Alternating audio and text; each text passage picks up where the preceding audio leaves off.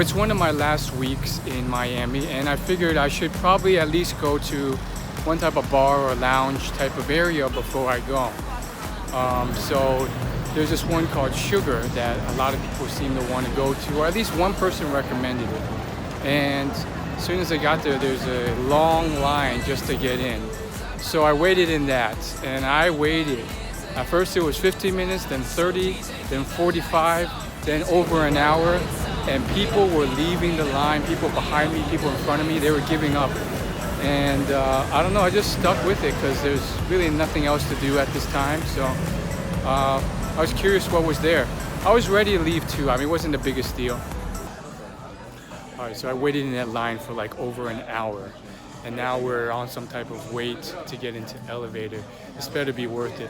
You won't imagine how many people peeled off in front of me and behind me. There's people waiting for like an hour and 15 minutes in front of me, and then they gave up. So if this is just a regular bar, I'll be unpleasantly surprised. I got to the top of the elevator, there was another short line, and then the bouncer asked for my ID, and I didn't have it. I left it in my car. A terrible mistake, but I was already invested at that point.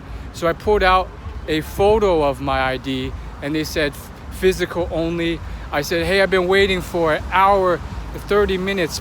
Could I just look around for 10 seconds? I just want to see what it looks like. And he's like, no, sorry, no. So he gave me some advice. Hey, let's, see if you can come back out and come back in and tell the people on the guarding the line downstairs, see if they could let you back in. So I was like, I'll try, but I was doubtful. Sure enough, there are some kind people in this world. I talked to the two ladies who were gating it downstairs, and they said, yes, you're able to. So I'm now on my way to get my forgotten wallet. I did it, so I got back inside. I have my wallet this time. Now we have a short line, and we'll see what all the hype is about. Initial impressions. Overrated. This is what I spent 2 hours to get in line for. But we'll see. It seems to be just a nice, chill rooftop bar. The rooftop bar was surprisingly empty, and I figured that maybe they create like a false scarcity down below to make it seem more exclusive. There weren't that many people, and definitely not that many pretty girls there, but it did have that ambiance of being above the city.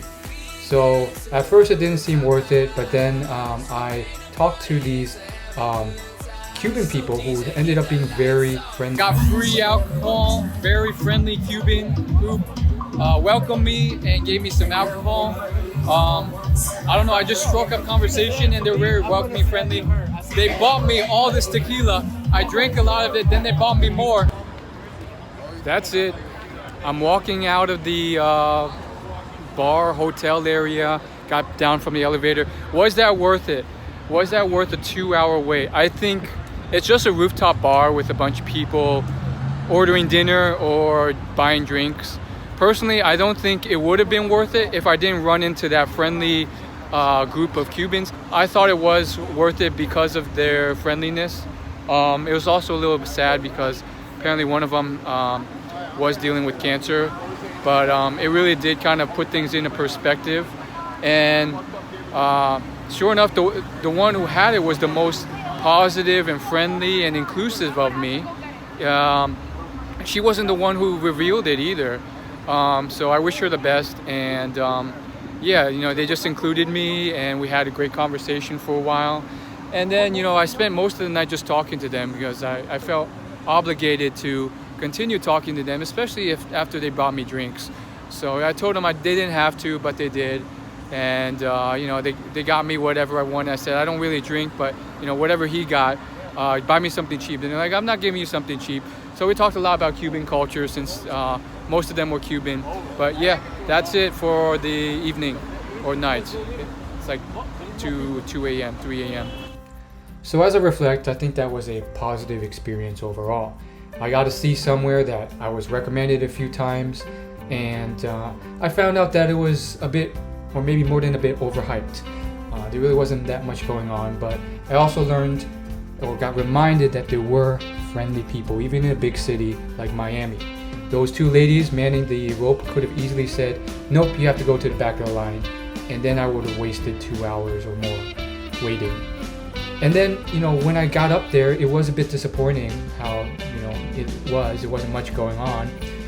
However, I met this great Cuban family who were just super friendly, bought me drinks. Apparently they were able to cut the line by promising that they would buy drinks, I think $100 worth. And it wasn't until later that I privately learned from one of them that they were dealing with a terminal illness. So I really wish them the best, and it really puts things into perspective. Thank you.